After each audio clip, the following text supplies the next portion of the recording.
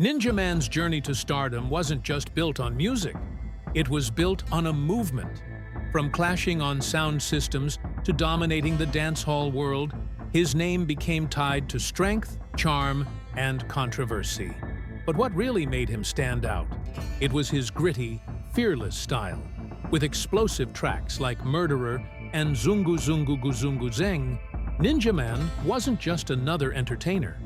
He was the voice of the streets. His path was filled with dramatic highs and shocking twists that kept fans hooked and critics divided. But as fast as he rose, the cracks began to show. Fame comes with a price, and Ninjaman paid heavily. What really led to his fall? What secrets were hidden behind the curtain? Let's dive into the untold story of Ninjaman's rise, his legacy, and the jaw-dropping fall that followed. The meteoric rise, Ninjaman's path to fame.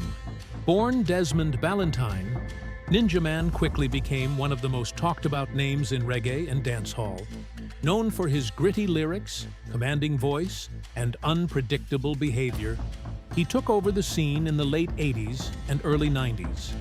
What made Ninjaman special wasn't just his music, it was his energy. His presence was larger than life. Starting out on the gritty streets of Jamaica, he sharpened his lyrical skills by clashing with other artists on local sound systems. These early battles forged his reputation and taught him how to captivate an audience. By the time he dropped hits like Murderer and Zungguzungguguzungguzeng, he wasn't just a performer, he was a cultural force. These songs were raw, real, and reflected the harsh truths of inner-city life. His deep vocals and dramatic delivery made his tracks unforgettable. But Ninjaman's appeal extended beyond music. He created an image, the wild, rebellious dancehall bad boy. His over-the-top behavior made him a fan favorite and a lightning rod for criticism. Despite his polarizing nature, his rise was unstoppable, and he became a symbol of defiance for many Jamaicans. Family life, the man behind the persona. Behind the chaos and controversies, Ninjaman had a private life that few truly saw. He was a father, a partner, and a man trying to balance fame with family. His longtime partner, Tanisha, stood by him through the storms of public scandal and legal trouble. Although his lifestyle often kept him away, he deeply valued his children.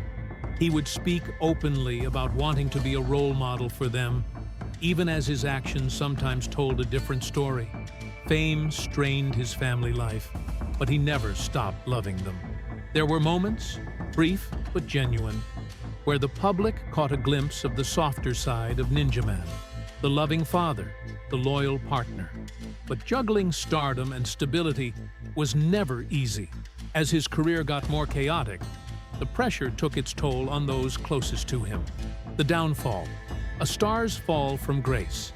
Ninjaman's fall was as dramatic as his rise. After years at the top, things began to spiral.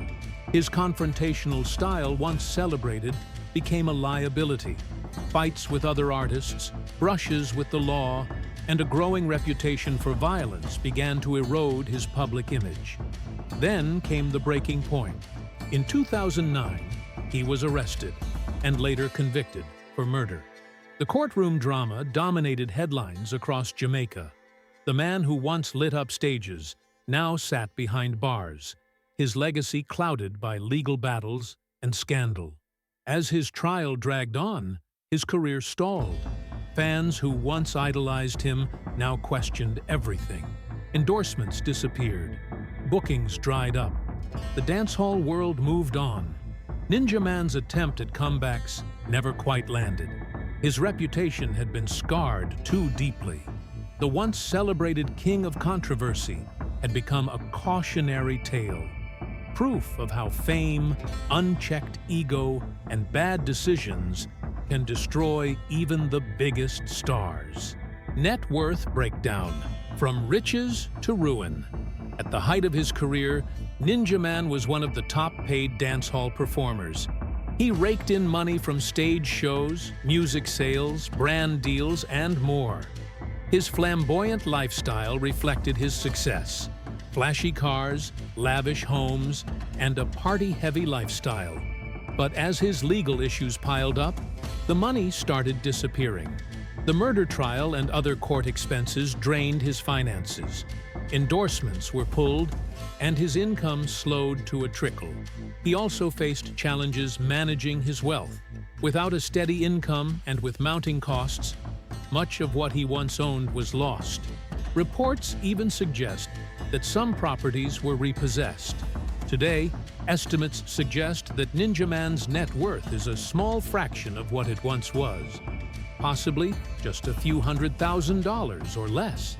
The financial empire he built during his glory days was all but gone, swallowed up by legal troubles and a turbulent lifestyle. Final thoughts. What really caused the fall? From street battles to stardom, Ninjaman's story is one of triumph, chaos, and tragedy. He built a legacy on fire and flair, but it couldn't withstand the storms that followed. So what truly led to his downfall? Was it his aggressive image? His poor choices? Or were there deeper forces at play behind the scenes? Let us know your thoughts in the comments. Was Ninjaman the architect of his own collapse? Or was he brought down by a system that couldn't handle his boldness? Share your thoughts in the comments below. And don't forget to like, share, and subscribe for more stories of legendary icons. The heartbreaking story of Malcolm Marshall, the mysterious abandoned home, his untimely death, and the wealth he left behind. You won't want to miss it. Thanks for watching, and we'll see you next time.